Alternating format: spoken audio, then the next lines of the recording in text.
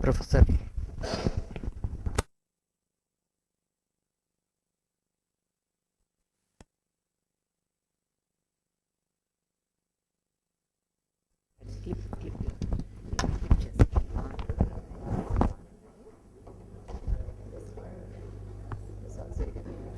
Thank you.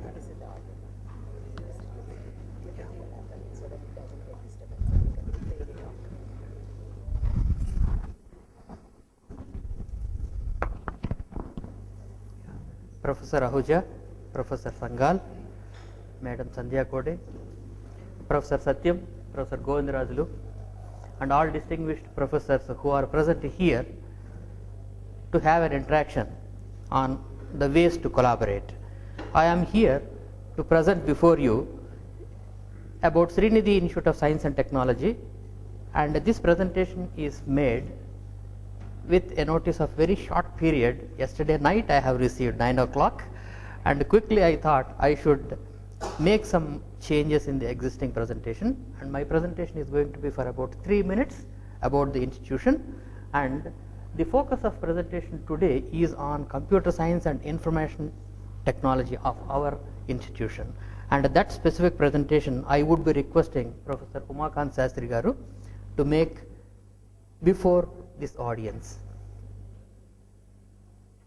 This institute is established in the year 1997 with the approvals of all the government organizations and JNTU, and now we have acquired the status of autonomy for the last year. We have run through that system for about 1.5 years, and we have long way to go. And recently JNTU has given the status of recognition for research centers in 4 departments. That includes computer science and informatics, mechanical engineering, biotechnology, and ECE. These are the 4 departments where full-time research scholars can enroll for their PhDs. We are to start that particular program from this year onwards. And we are on board the TechUp phase 2. It is there in the recent review committee minutes of the meeting, which is there on the website. And I will quickly go to the overall view of our institution. I will skip many of these slides. We have 7 undergraduate programs and MBA and MCA, and with a total intake of 840 in all these departments together, and including PG we have 1068. And I will quickly move on to the research contributions that are made by our faculty members. And PG programs we have MTech programs.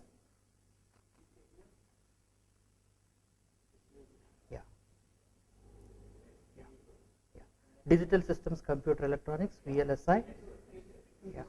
MTech programs we have in these departments with the specialization in the 3rd column. Yes, we have the MTech programs. Yes.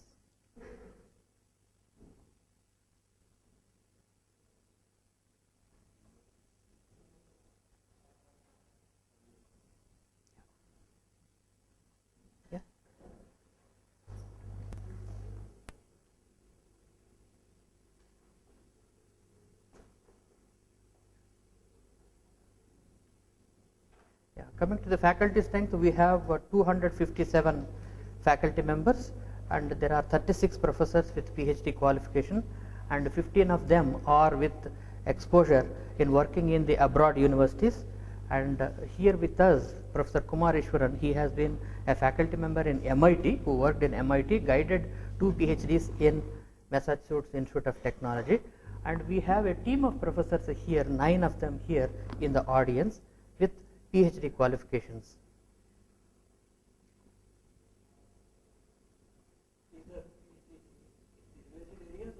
In computer science and information technology alone, other departments have not represented. Mechanical, biotechnology, and ECE, they are not present here in this group.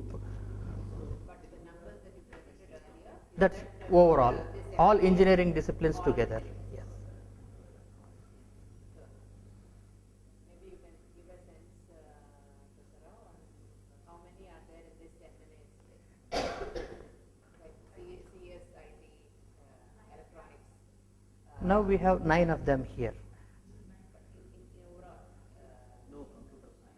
Information technology. Science, technology, electronics. Nine with PhD. And Yeah, I wanted to take to this particular slide very quickly. Only CSC, information technology, only it is science, excluding the electronics. VLSI and electronics, how many? No, we are having electronics, electrical, all the other branches. Suddenly this program came up, we did not know what to include, what not. But that's okay. Okay, four of in ECE, Have PhD, that's all. ECE four of them are there. Four, okay, thanks. ECE four of them are there.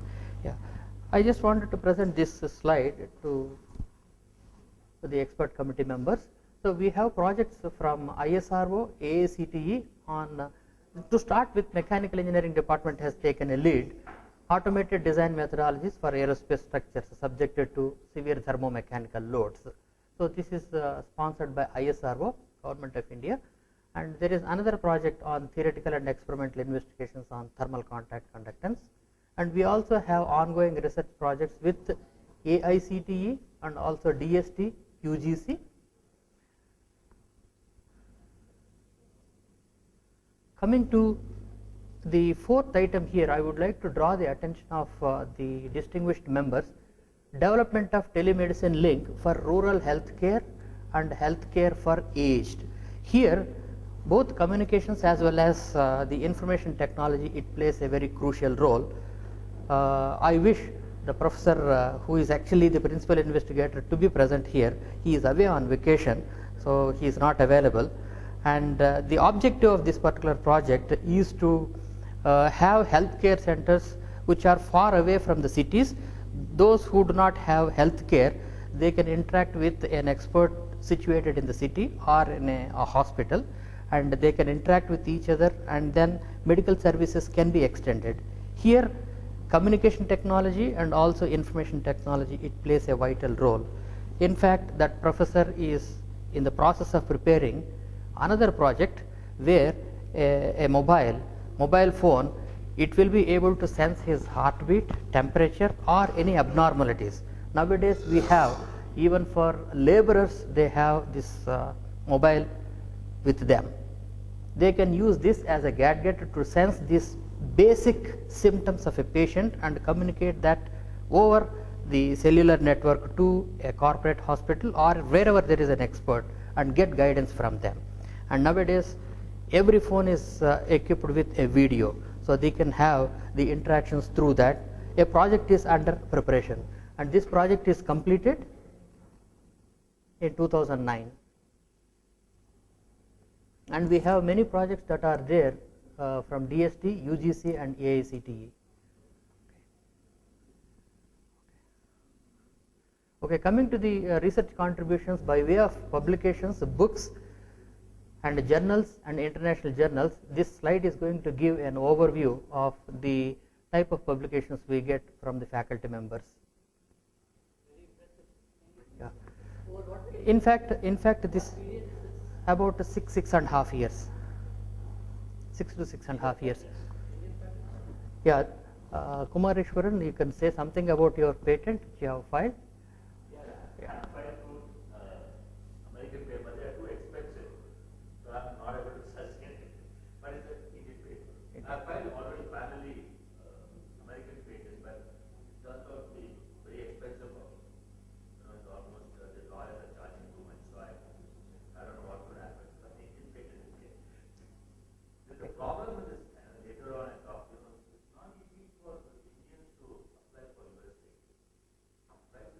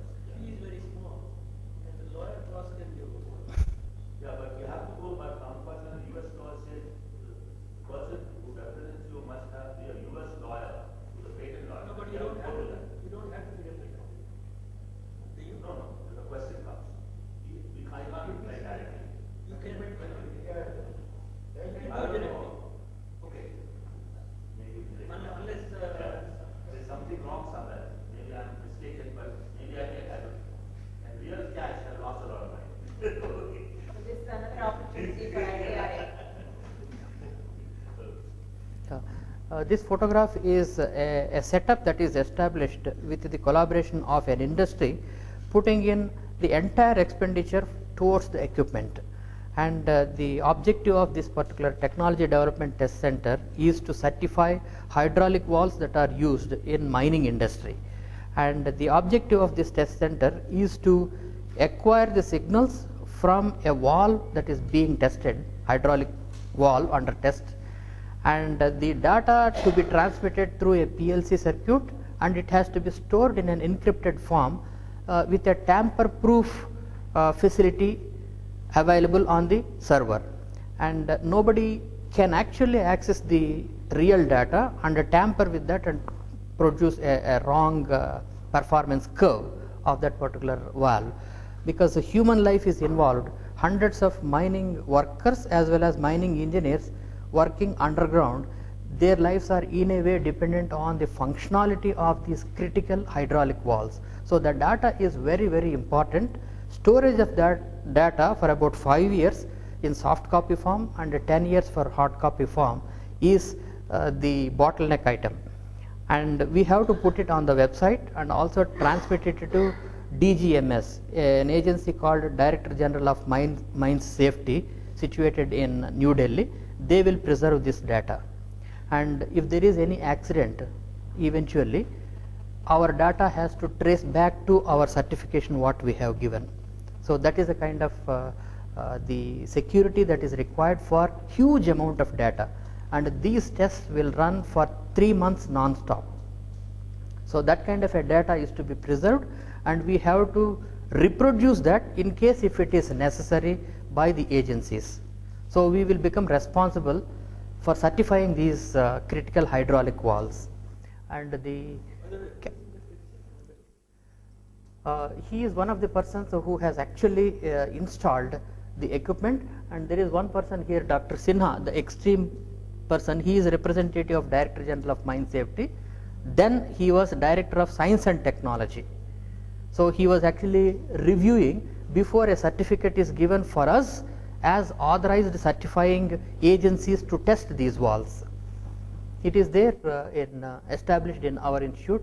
Our contribution is only power, land and security, water to this particular setup, and employees we have provided. Equipment cost is provided by an industry. So this has been functioning, and we expect many more things to happen in that direction. So coming to consultancy and testing orders, we have given